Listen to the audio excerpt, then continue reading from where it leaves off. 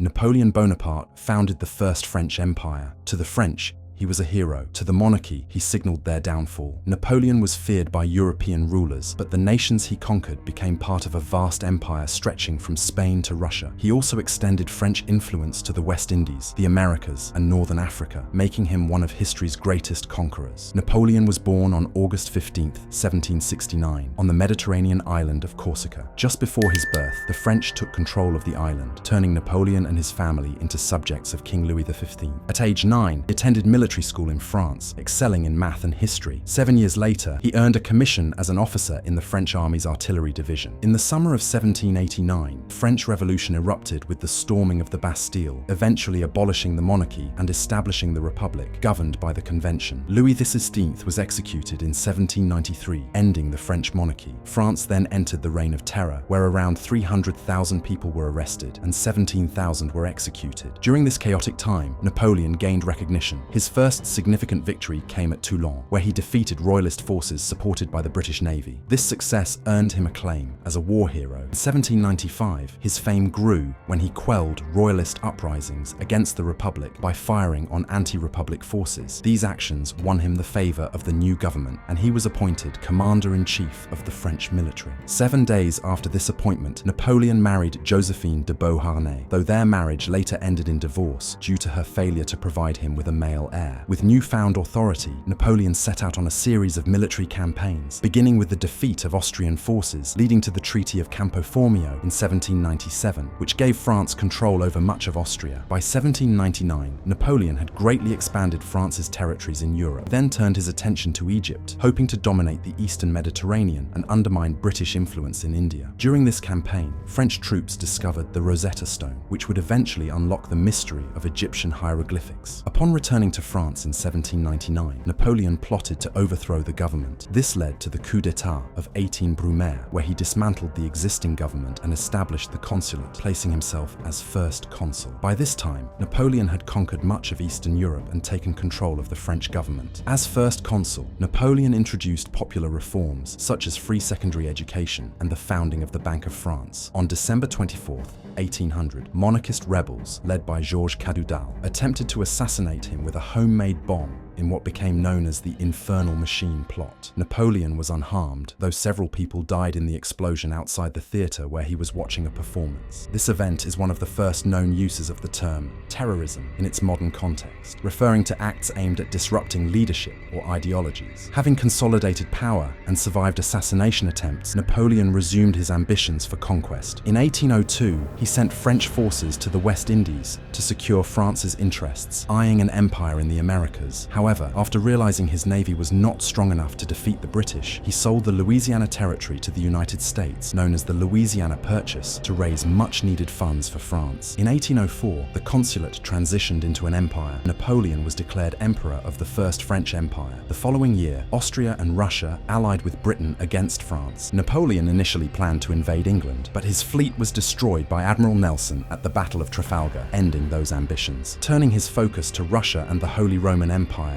Napoleon's forces defeated Tsar Alexander I of Russia and Holy Roman Emperor Francis II at the Battle of Austerlitz in 1805. This victory led to a treaty with Russia, giving Napoleon control over Eastern Europe. Relative peace followed until 1812, when Russia broke the treaty and allied with Britain. Napoleon decided to invade Russia, resulting in the bloodiest battle of the Napoleonic Wars at Borodino, near Moscow.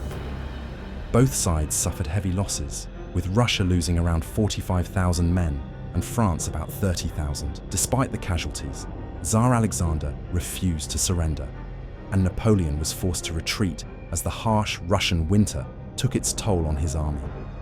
In 1813, a coalition of Russia, Prussia, Austria, and Sweden defeated Napoleon, forcing him to abdicate on April 11, 1814.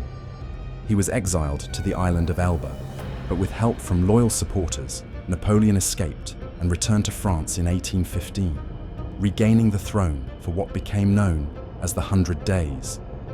Napoleon's return was short-lived. He faced British forces and their allies at the Battle of Waterloo. The British commander, the Duke of Wellington, waited for Napoleon to strike. Initially, Napoleon's forces, using infantry and cavalry charges, appeared poised to win. However, the arrival of Prussian reinforcements helped the British repel the French.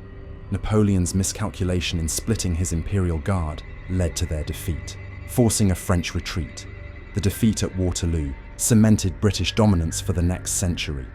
Following his loss, Napoleon was exiled to the remote island of St. Helena, where he was closely guarded by the British. He died there on May 5, 1821, at age 51, possibly from cancer. His body was initially buried on the island, but was later moved to France, where his remains rest today.